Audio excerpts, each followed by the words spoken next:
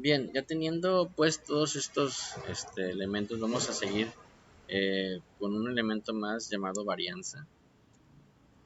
La varianza, este, pues es una medida de dispersión muy usada, este, que pues bueno, de repente es un poco complicado sacar su dato o su valor si fuera a mano, porque hay que hacer un montón de sumas y restas, ¿no? Según el, el, o la información que tenemos para calcular la varianza, si vemos el archivo, vemos que la varianza que se representa con la letra S al cuadrado va a ser igual a la sumatoria de todos los elementos menos su media elevada al cuadrado. Hay que sumar todas esas diferencias del valor con la media y elevado al cuadrado se suman. Y ya la sumatoria la dividimos entre n menos 1, entre el número de elementos menos 1. Entonces, procedemos a hacerlo aquí. Aquí tengo ya en la siguiente columna, si lo tuviéramos que hacer a mano, pues la diferencia entre el valor y la media.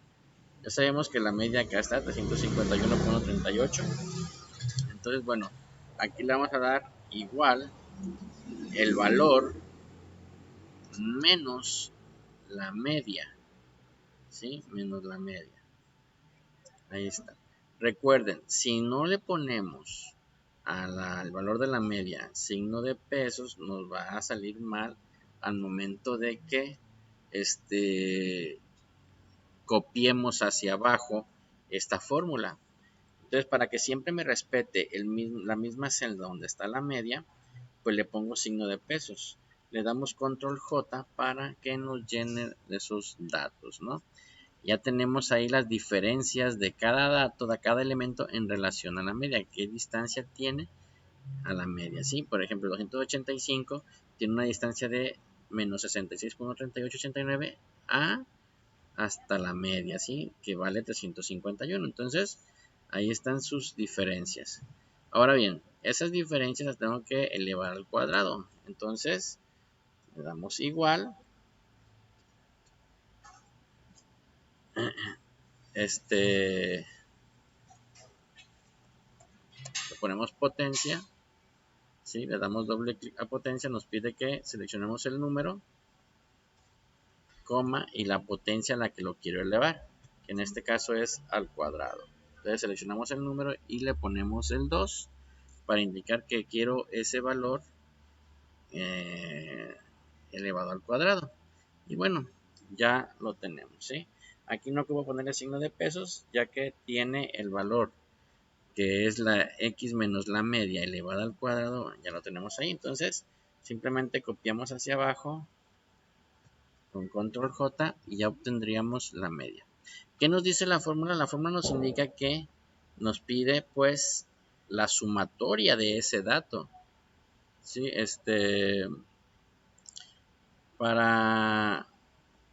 vamos a ver nuevamente la fórmula. Nos dice pues que ocupamos, ya tenemos las xy menos la media elevadas al cuadrado y ya tenemos todos los elementos. Vamos a hacer la sumatoria. Aquí está el símbolo de sumatoria.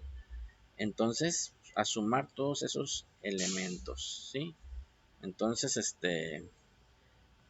esta columna donde está las diferencias con respecto a la media elevadas al cuadrado, les voy a hacer una sumatoria, ¿sí?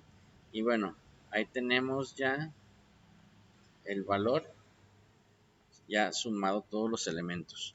¿Qué nos dice? Que voy a dividir este valor entre n-1. Entonces, en la celda de la varianza, le voy a dar igual este valor que ya lo tengo dividido entre n-1. N es 18 menos 1. Cierro paréntesis para que lo pueda hacer bien. Y me da 2400 el dato de varianza. 2400, es el dato de la varianza que yo calculé como si fuera hecho a mano, sumando todos los valores de las distancias de cada valor a la media, elevadas al cuadrado y dividirlos entre n-1. Para este caso, Excel tiene una fórmula. Le doy igual varianza ¿sí? Aquí obedece varianza P, que es de población, varianza S, que es de una muestra. En este caso vamos a agarrar varianza punto S, que es de la muestra. Seleccionamos los números, el número 1, el número 2, a los cuales yo quiero sacar la varianza. Selecciono aquí los datos iniciales de X, ¿sí? O sea que para la fórmula del Excel no ocupo sacar X menos la media de todos, ni elevarlas al cuadrado. Simplemente damos igual var.s, que es la varianza de una muestra. Seleccionamos los datos y le damos Enter. Y nos da justamente el mismo resultado, 2400.0163 como datos de la varianza, ¿sí? Si aplicamos desviación estándar, pues dijimos que es la raíz cuadrada de la varianza. Entonces podría poner igual raíz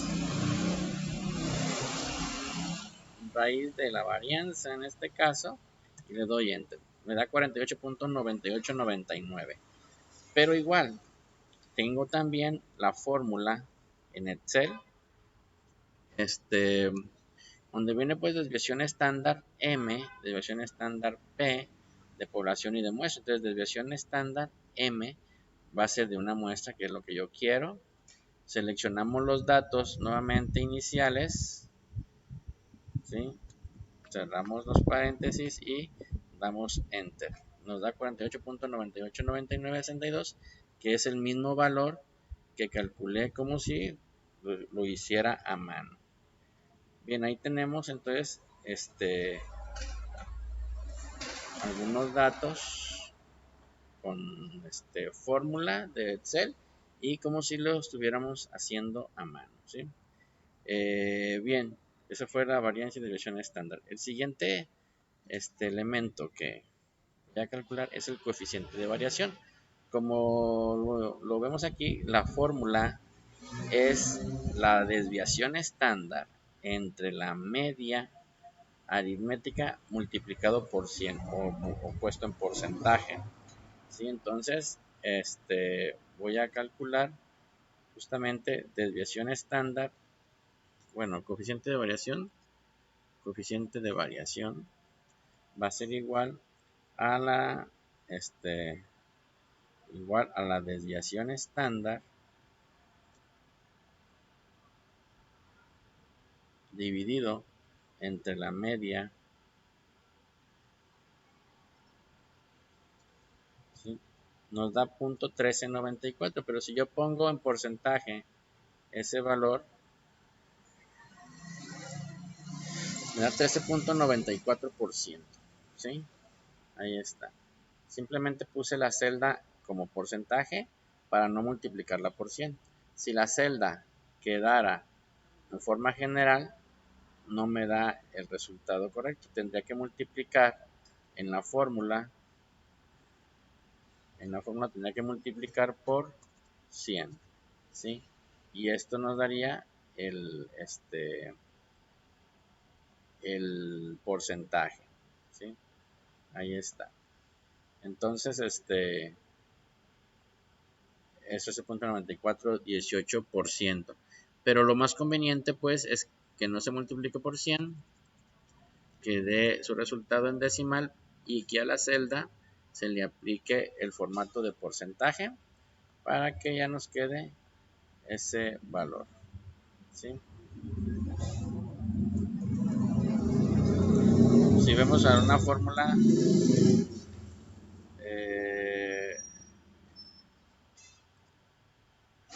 el coeficiente de variación pues no lo hay un coeficiente de asimetría, de población, coeficiente de Correl, pero un coeficiente de variación como tal pues no lo tiene Excel. Entonces bueno, lo dejamos así. Después del coeficiente de variación, recuerden que los datos que nos indica cada uno de los elementos que estamos analizando pues se encuentran en el archivo y se encuentra qué es lo que nos quieren decir, si hay dispersión o no de los datos, etcétera, ¿sí? Seguiría el coeficiente de apertura, y recorrido relativo. El coeficiente de apertura es la división entre el valor máximo entre el valor mínimo. Entonces, bueno, nos vamos a aquí el valor coeficiente de apertura igual. Entonces damos igual, que es el valor máximo entre el valor mínimo. Valor máximo, ahí está, lo selecciono, dividido entre el valor mínimo. El valor mínimo por acá lo tenemos, el elemento número 1.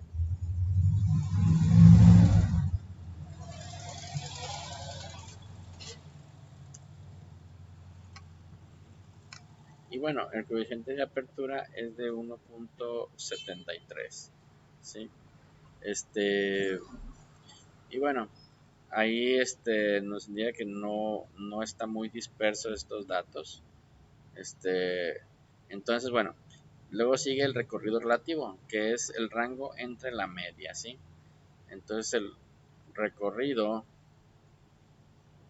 relativo va a ser igual al rango,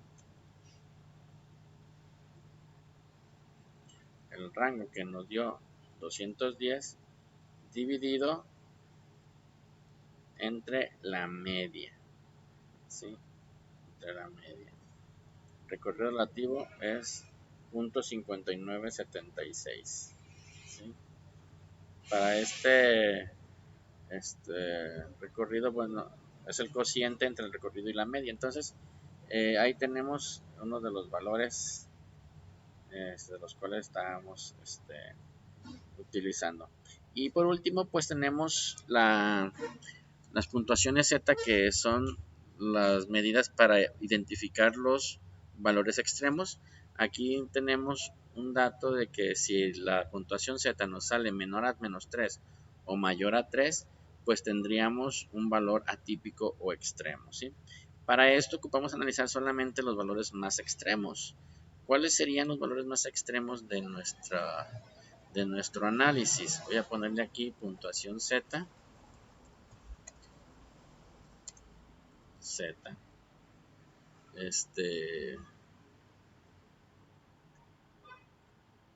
Una puntuación Z, entonces yo tengo que analizar el dato más alejado de la media, que es el dato número 1, y el dato número 18, que son los más alejados de la media. Entonces, según la fórmula, me dice que la puntuación voy a hacer la diferencia entre el dato y la media, y lo voy a dividir entre la desviación estándar. Entonces, doy igual, abro paréntesis, pongo el dato analizado, el más alejado de la media, menos la media, dividido entre la desviación estándar. Y ese me da menos 1.35. Como verán, no es menor a -3, o sea, debería de ser menos 3.5, por ejemplo, menos 3.3 sería un dato menor a -3, entonces sería típico, pero en este caso está dentro del rango de los no atípicos, ¿sí?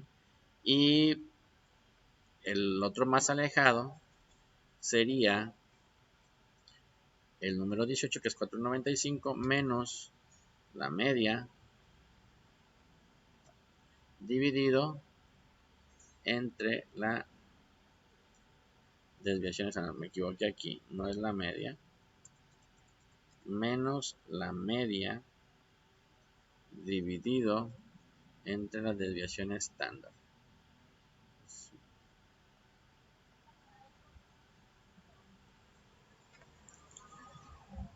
Y bueno, nos da 2.93. Está a punto de ser atípico este 495. Si se fijan, de 390 se brinca al 495. O sea, es una distancia algo considerable. Vamos a suponer, como tengo todo con fórmula, vamos a suponer que ese 495 fuera un poquito más, que fuera 500. ¿Sí?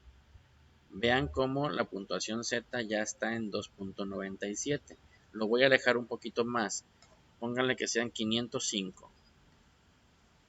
3.01.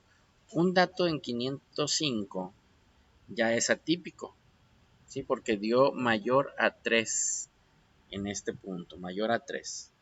Entonces, en ese momento dijimos, bueno, este dato número 18 es atípico, pero bueno, para la mediana no importa. Entonces, todos los datos que yo utilicé, la media aritmética, es mejor si quiero trabajar con este valor que en vez de utilizar la media aritmética, utilice la mediana. O sea, en vez de 351.94, que utilice 356, que es la mediana, ¿sí? Porque hay un valor atípico ahí puesto. Entonces, bueno, ahí está. Esa es la forma de analizar estos datos para los datos de las puntuaciones Z. Ya no tiene caso analizar los más intermedios porque esos están más cercanos a la media. Entonces, los más extremos, los más alejados es el primero y el último. Si, por ejemplo, uno de ellos fuera atípico, tengo que analizar el siguiente para ver si no es atípico, ¿sí? Pero bueno, esa es la forma de analizar estos datos. Y bueno, ahí están sus resultados. Para este ejemplo, pues ahí tenemos, si calculamos la media, la mediana, moda, los cuartiles, rango intercuartil o dispersión media, varianza, desviación estándar, coeficiente de variación, coeficiente de apertura y recorrido relativo. ¿Sí? Entonces, bueno, ahí se encuentran estos datos analizados. Para estos datos, pues no encontramos ningún valor atípico. Había uno muy cercano de ser atípico, pero no lo fue. Entonces, bueno, ahí tenemos ya los datos finales.